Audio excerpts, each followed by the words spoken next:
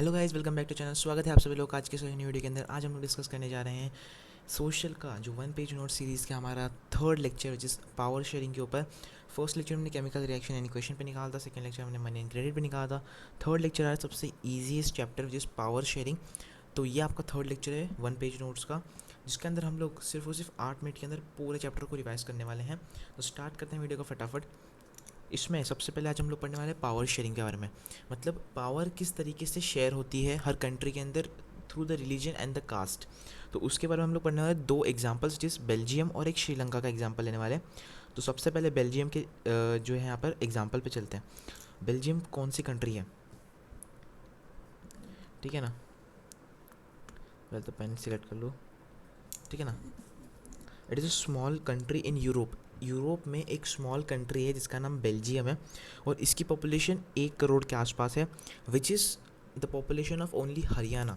जो इंडिया में हरियाणा की जितनी पॉपुलेशन है उतनी ही पॉपुलेशन इस पूरे कंट्री की है, विच इज़ 1 करोड़। और इसके जो बॉर्डर्स हैं वो शेयर करते हैं with France, Netherlands, Germany and लुजरबर्ग।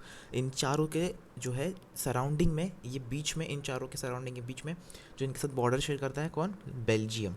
ठीक है, यहाँ पर एथनिक कंपोजिशन क्या क्या है, मतलब कितने टाइप्स के लोग रहते हैं यहाँ पे।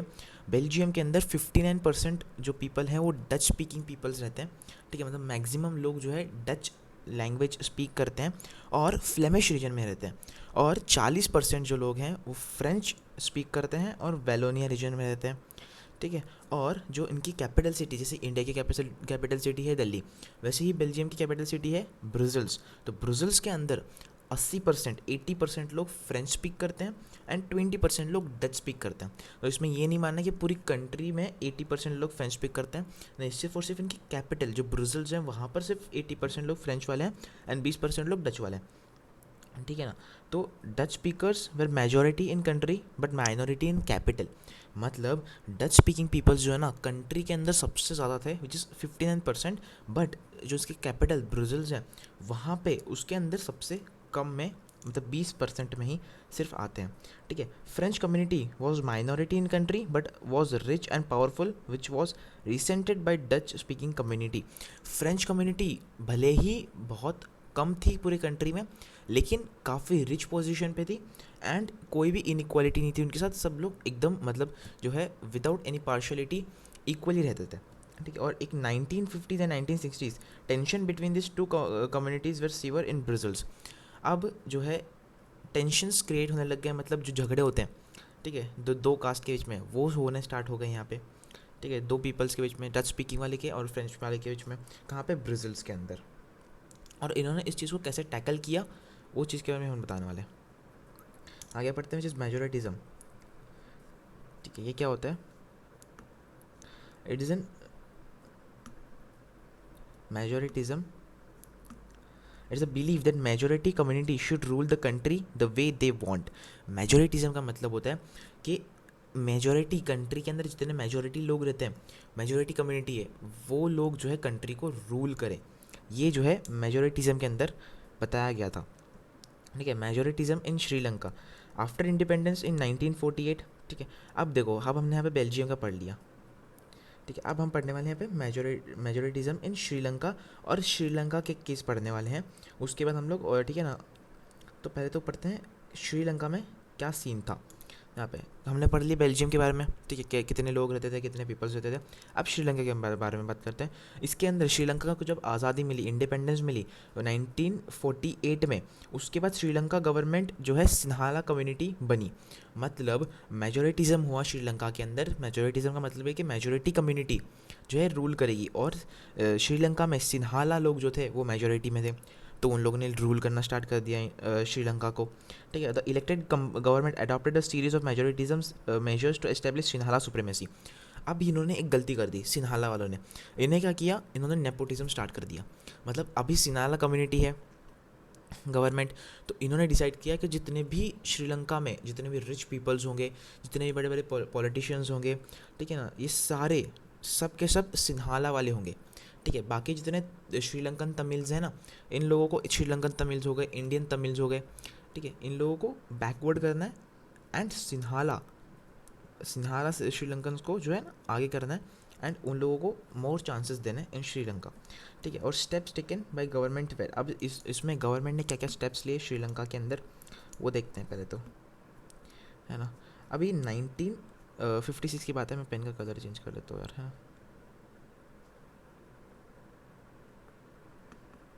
कहाँ से होता है, हाँ। अभी 1956 की बात है, श्रीलंका सिन्हाला जो है ना ऑफिशियल लैंग्वेज डिक्लेयर कर दी गई, ठीक है, डिसरिगार्डिंग तमिल्स। अब देखो इसके बारे में आई थिंक तुम लोग को यहाँ पे सबसे अच्छे से पता चलेगा। हाँ यहाँ पहले तो हम लोग ये केस पढ़ लेते हैं श्रीलंका का, जैसे हमने बेल्जियम का केस पढ़ा वहाँ पे सही इसका केस पढ़ लेते हैं, ठीक है। देखो श्रीलंका क्या है, श्रीलंका एक आइलैंड है, ठीक है। कहाँ पे, सदर्न एरिया में श्रीलंका एक आइलैंड है, तमिलनाडु के साइड में। अब इंडिया पड़ता है हमारा, तो इंडिया में जो तमिलनाडु एरिया है, जो चेन्नई एरिया है, जो तुम लोग साउथ एरिया बोलते हो ना, तो उस साउथ एरिया के साइड में पड़ता है एक छोटा सा आइलैंड जिसको हम लोग श्रीलंका कहते हैं।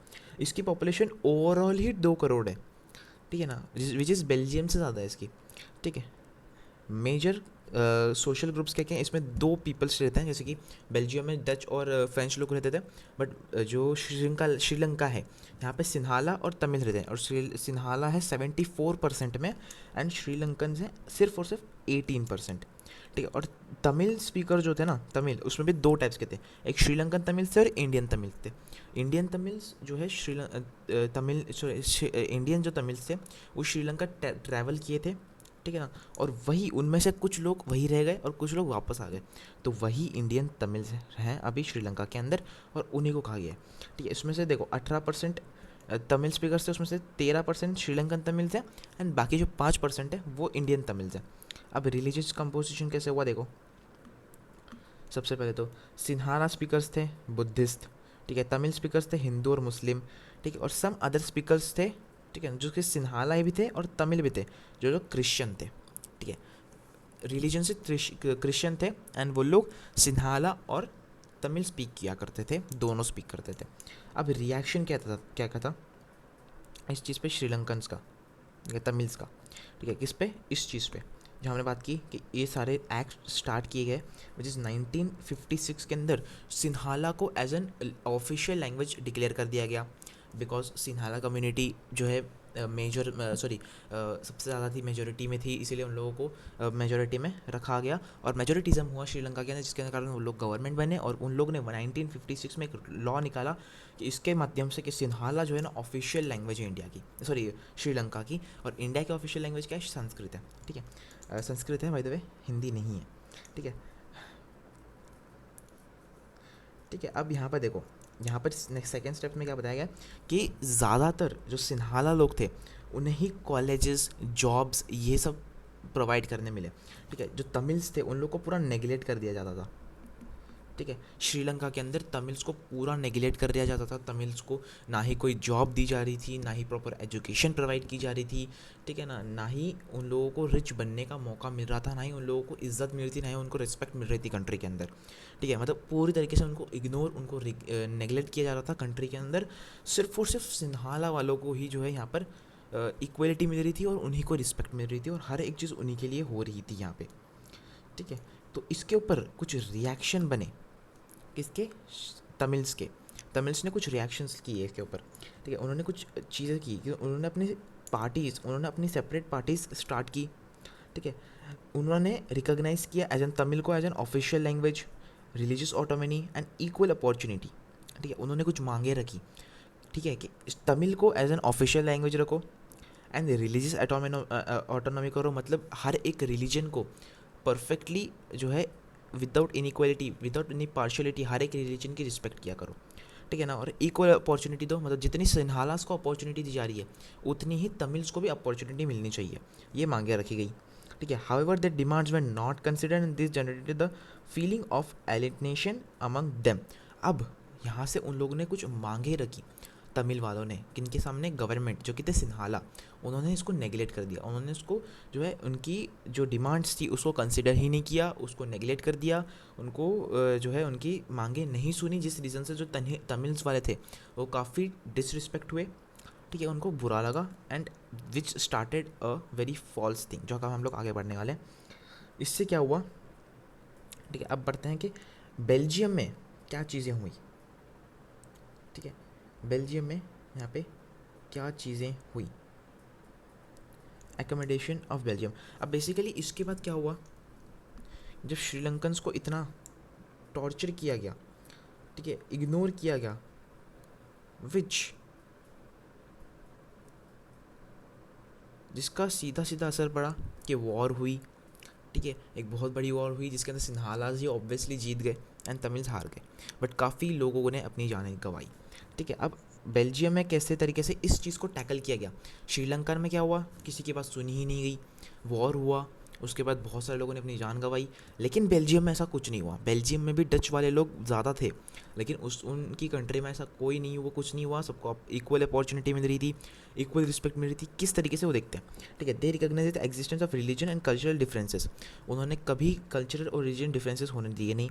दे अमेंडेड कॉन्स्टिट्यूशन 4 टाइम्स, ठीक है, उन्होंने अपने कॉन्स्टिट्यूशन को 4 टाइम्स अमेंड किया।